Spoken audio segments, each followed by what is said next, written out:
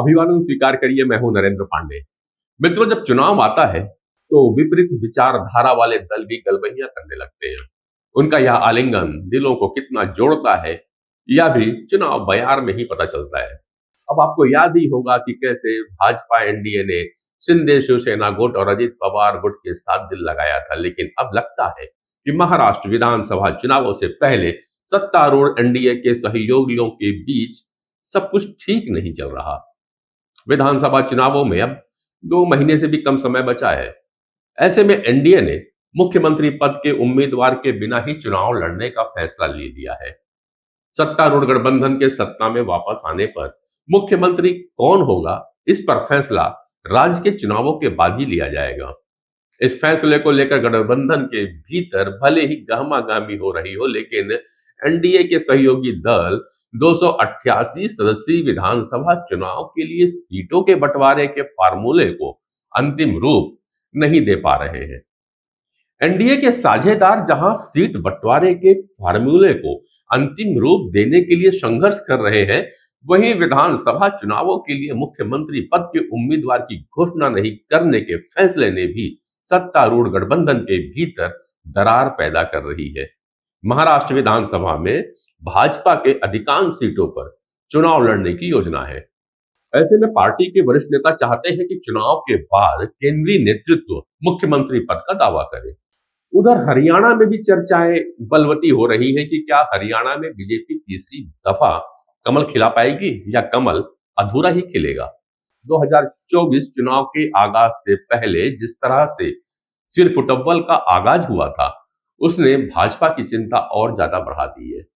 पिछले 2 चुनावों में जीत हासिल करने वाली रणनीतियों की परीक्षा इस बार तो होनी ही है।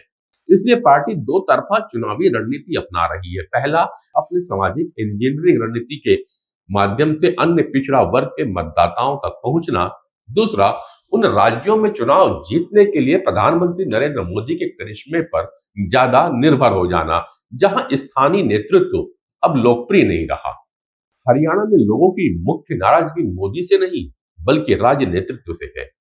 हरियाणा में भाजपा की परेशानी को और बढ़ाने वाली बात यह है कि मध्यम वर्ग, जो पार्टी का मुख्य मतदाता आधार है, नई शुरू की गई एकीकृत योजना यूपीएस से नाराज है और उसका मानना है कि केंद्र सरकार को पुरानी पेंशन योजना ओपीएस को वापस लागू करने पर विचार करना चाहिए।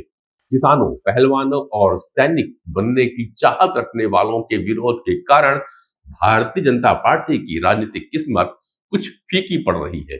वही पार्टी इसलिए भी संघर्ष कर रही है क्योंकि इसका मुख्य मतदाता वो आधार है व्यापारी वर्ग। छोटे मोटे भ्रष्टाचार और मूल्य वृद्धि से यह वर्ग परेशान नजर आता है।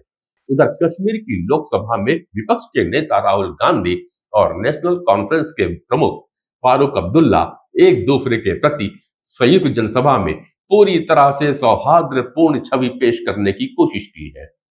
लेकिन जम्मू कश्मीर की राजनीति के बारे में कहा जाता है कि जैसा दिखता है वहां वैसा कुछ होता नहीं है। अब्दुल्ला और राहुल के बीच दिखने वाली दोस्ती शायद ही कभी जमीन पर दिखाई देती। दरअसल विधानसभा चुनावों के लिए दोनों दलों के बीच चुनाव पूर्व गठबंधन के बावजूद दोनों दलों के कार्यकर्ताओं के बीच विश्वास की कमी, उनके नेताओं के व्यक्तिगत राजनीतिक आकांक्षाओं और कांग्रेस नेताओं के अनुसार फारूक अब्दुल्ला की चाल चालाकी भरी होने के कारण यह गठबंधन उतना सफल नहीं हो पा रहा है जितना उससे उम्मीद की जा रही थी। राजनीतिक विश्लेषकों का मानना है कि कश्मीर में एनसी का एक मजबूत कैडर है, जबकि श्रीनगर में राहुल गांधी की भारत छोड़ो यात्रा के समापन के बाद से लोगों ने कांग्रेस को अधिक अनुकूल रूप से देखना शुरू कर दिया है। घाटी में भाजपा के लिए कोई समर्थन नहीं है और लोगों ने अभी भी पीडीपी को भाजपा के साथ 2014 के गठबंधन के लिए पूरी तरह से माफ नहीं किया है। अब दलों के दिल कितना मिले हैं ये तो पब्लिक का दिल ही बताएगा। तब तक हम और आप करते हैं इंतजार। चैनल को करिए सब्सक्राइब और लाइक करना मत भूलिएगा। नमस्कार।